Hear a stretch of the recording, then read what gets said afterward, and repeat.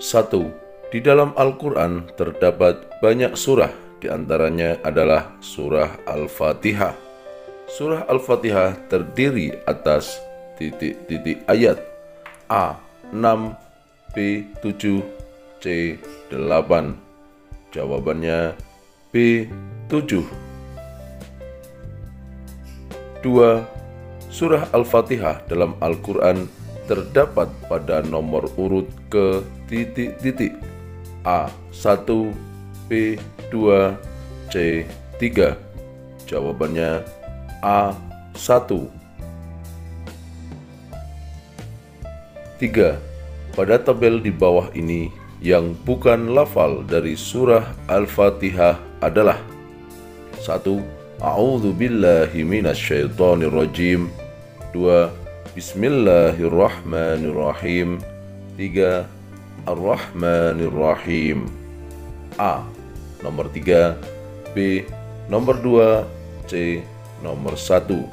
Yang bukan lafal dari surah Al-Fatihah adalah C. Nomor 1. A'udzu billahi minasyaitonir rajim. 4. Lafal ayat kedua surah Al-Fatihah adalah A. Bismillahirrahmanirrahim. B. Alhamdulillahi Rabbil Alamin. C. Ar-Rahmanir Rahim.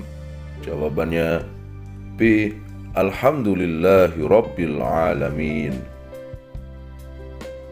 5. Surah Al-Fatihah disebut juga Ummul Quran. Maksudnya adalah A. Menjadi surah pertama dalam Al-Quran. B. Surah Al-Fatihah itu induk dari Al-Quran. C. Berada di tengah-tengah Al-Quran. Jawabannya B. Surah Al-Fatihah itu induk dari Al-Quran. 6. Surah An-Nas terdiri atas titik-titik ayat A. 4, B. 5, C. 6. Jawabannya C. 6. 7. Arti dari An-Nas adalah A. Pembukaan. B. Waktu subuh. C. Manusia. Jawabannya C. Manusia. 8. Surah An-Nas diturunkan di kota titik-titik A. Madinah. B. Makkah. C. Mesir. Jawabannya B. Makkah. 9. Dalam surah An-Nas kita diperintahkan untuk titik-titik A. Berlindung kepada Allah Subhanahu wa Ta'ala. B. Mendirikan sholat 5 waktu. C. Melaksanakan kurban. Jawabannya A. Berlindung kepada Allah Subhanahu wa Ta'ala. 10. Al-Quran Surah An-Nas juga telah menjelaskan bahwa kejahatan yang dilakukan oleh orang lain kepada kita harus dibalas dengan titik-titik A. Kejahatan. B. Kebaikan. C. Perbuatan yang setimpal atau sama. Jawabannya B. Kebaikan. 11. Surah Al-Falaq termasuk salah satu surah yang ada di dalam Al-Quran. Surah Al-Falaq terdiri atas titik-titik ayat A. 3, B. 4, C. 5. Jawabannya C. 5. 12. Perhatikan gambar di bawah ini. Dari gambar-gambar di atas, gambar yang menunjukkan arti dari surah Al-Falaq ditunjukkan pada gambar nomor titik-titik A. 1, B. 2, C. 3. Al-Falaq artinya waktu subuh. Jawaban yang tepat adalah C. Gambar nomor 4. 13. Setiap pekerjaan ada balasannya. Balasan dari Allah Subhanahu wa Ta'ala bagi orang yang membaca Al-Quran adalah titik-titik A. Rumah mewah. B. Uang yang banyak. C. surga? Jawabannya C. Surga. 14. Dalam surah Al-Falaq kita diperintahkan untuk titik-titik. A. Berlindung kepada Allah Subhanahu wa Ta'ala. B. Melaksanakan ibadah haji. C. Menunaikan zakat. Jawabannya A. Berlindung kepada Allah Subhanahu wa Ta'ala. 15. Jumlah surah dalam Al-Quran adalah 114.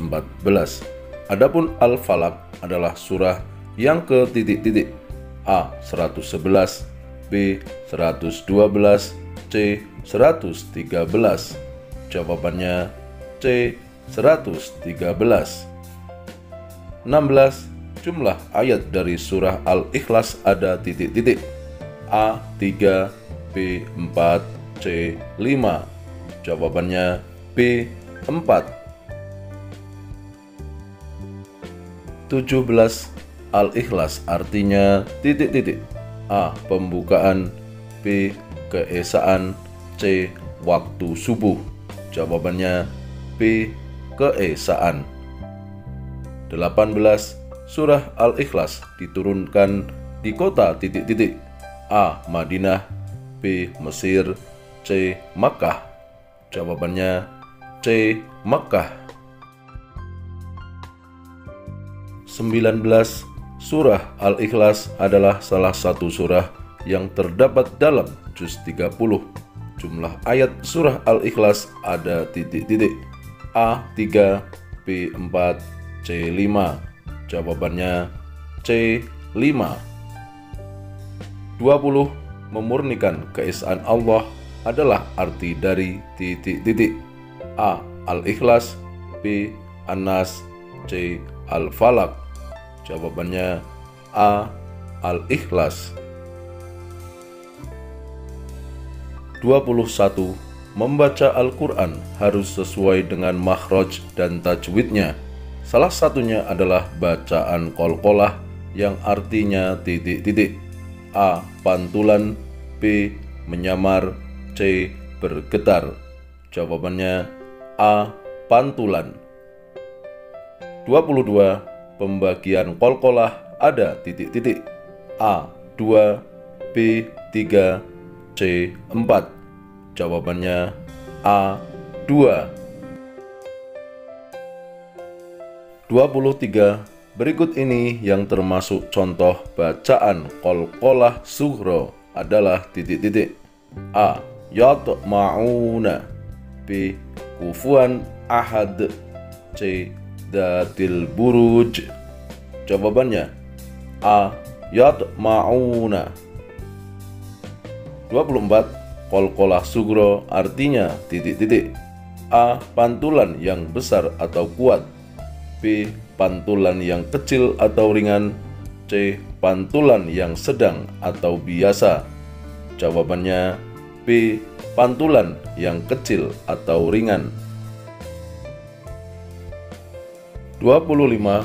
Perhatikan lafal berikut ini. Hammalatal hatab. Pada lafal di samping terdapat bacaan titik-titik. A. Qalqalah sughra, B.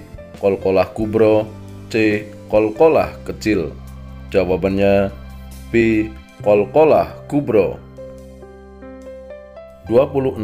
Pedoman hidup umat Islam adalah Al-Quran dan Al-Hadis. Yang dimaksud dengan Al-Hadis adalah perkataan titik-titik. A. Nabi Muhammad, B. Malaikat, C. Allah Subhanahu wa Ta'ala. Jawabannya A. Nabi Muhammad. 27. Rukun Islam yang kedua adalah mendirikan sholat. Sholat adalah ibadah yang diperintahkan langsung oleh titik-titik.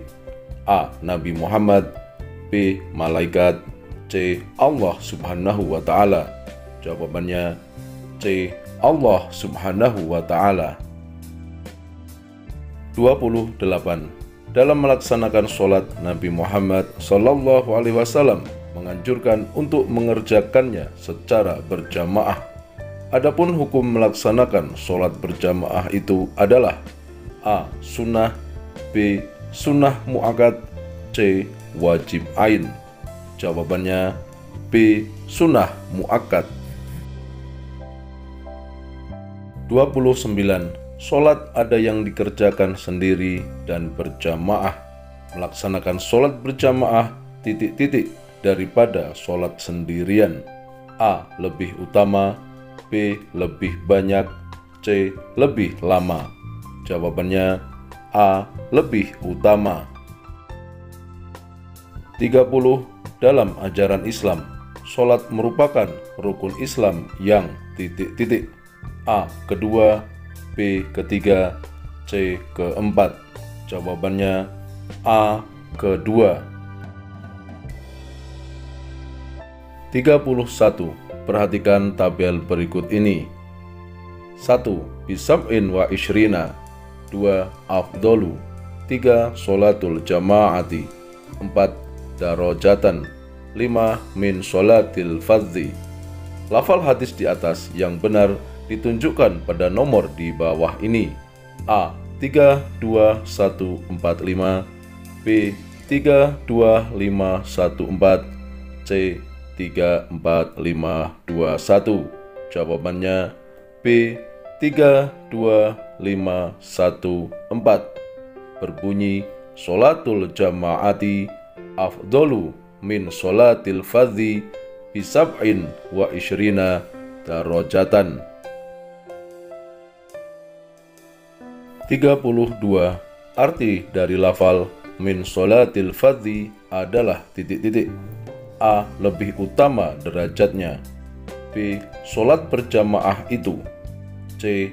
Daripada sholat sendirian. Jawabannya C. Daripada sholat sendirian. 33. Arti sunnah muakkad adalah ... A. Sunnah yang sangat dikuatkan atau dianjurkan. B. Boleh dikerjakan, boleh ditinggalkan. C.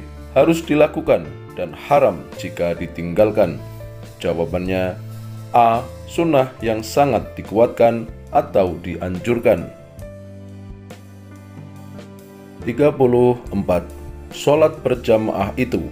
Pernyataan tersebut adalah terjemah dari lafal ... A. Sholatul jama'ati. B. Min sholatil fadzi. D. Bisam'in wa ishrina. Jawabannya A. Sholatul jama'ati. 35. Di bawah ini yang bukan termasuk hikmah sholat berjamaah adalah: A. Dapat menambah erat rasa persaudaraan. B. Menumbuhkan jiwa sosial dan kebersamaan. C. Bisa menyelesaikan persoalan kekurangan atas keuangan kita. Jawabannya C. Bisa menyelesaikan persoalan kekurangan atas keuangan kita.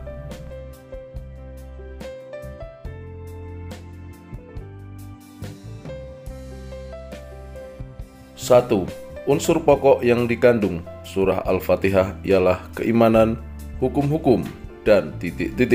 Jawabannya kisah para nabi dan umat terdahulu. 2. Surah Al-Fatihah dinamakan juga Sab'ul Masani, artinya ... Jawabannya 7 ayat yang diulang-ulang ketika dalam sholat. 3.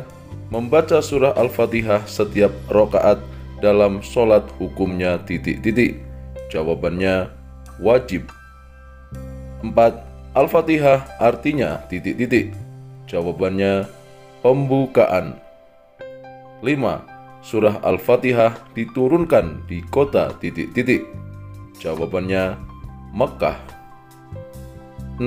Perbuatan menyekutukan Allah Subhanahu wa Ta'ala dengan benda lain yang dianggap mempunyai kekuatan disebut ...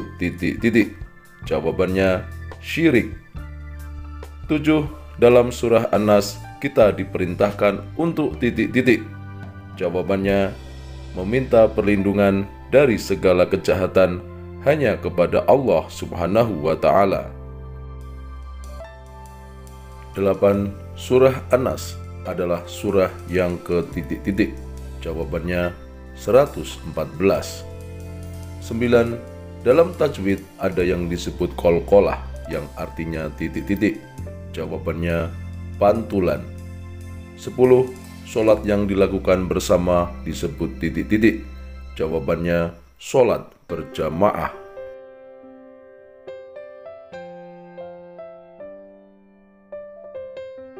1. Di dalam terjemah surah Al-Fatihah terdapat kalimat, tunjukilah kami ke jalan yang lurus. Apa maksudnya kalimat itu? Jawabannya, maksudnya adalah jalan yang harus ditempuh, hukum-hukum dan pelajaran untuk memperoleh kebahagiaan di dunia dan akhirat. 2. Pada saat sholat subuh, karena bangunnya kesiangan, Azizah hanya membaca surah Al-Kafirun saja pada rakaat awal tanpa membaca surah Al-Fatihah. Menurut kalian, sahkah sholatnya Azizah? Kenapa? Jawabannya, tidak sah, karena surah Al-Fatihah wajib dibaca dalam sholat. Jadi, jika tidak membacanya, maka sholatnya tidak sah. 3. Bolehkah kita minta perlindungan dari gangguan setan kepada sesama manusia? Apa sebabnya? Jawabannya, tidak boleh, karena meminta perlindungan dari selain Allah adalah perbuatan syirik, dan syirik termasuk dosa besar. 4. Surah An-Nas dan Al-Falaq adalah dua surah Mu'awwidhatain. Kenapa disebut surah Mu'awwidhatain? Jawabannya, keduanya disebut surah Mu'awwidhatain karena berisi permintaan perlindungan kepada Allah dari segala kejahatan. 5. Sebutkan 3 manfaat sholat berjamaah. Jawabannya, 1. Kita bisa bersilaturahim dengan tetangga atau teman, bahkan dengan siapa saja. 2. Bisa saling bertukar pikiran atau tukar pendapat dengan tetangga dan teman. 3. Bisa menyelesaikan persoalan yang terjadi di antara sesama jamaah.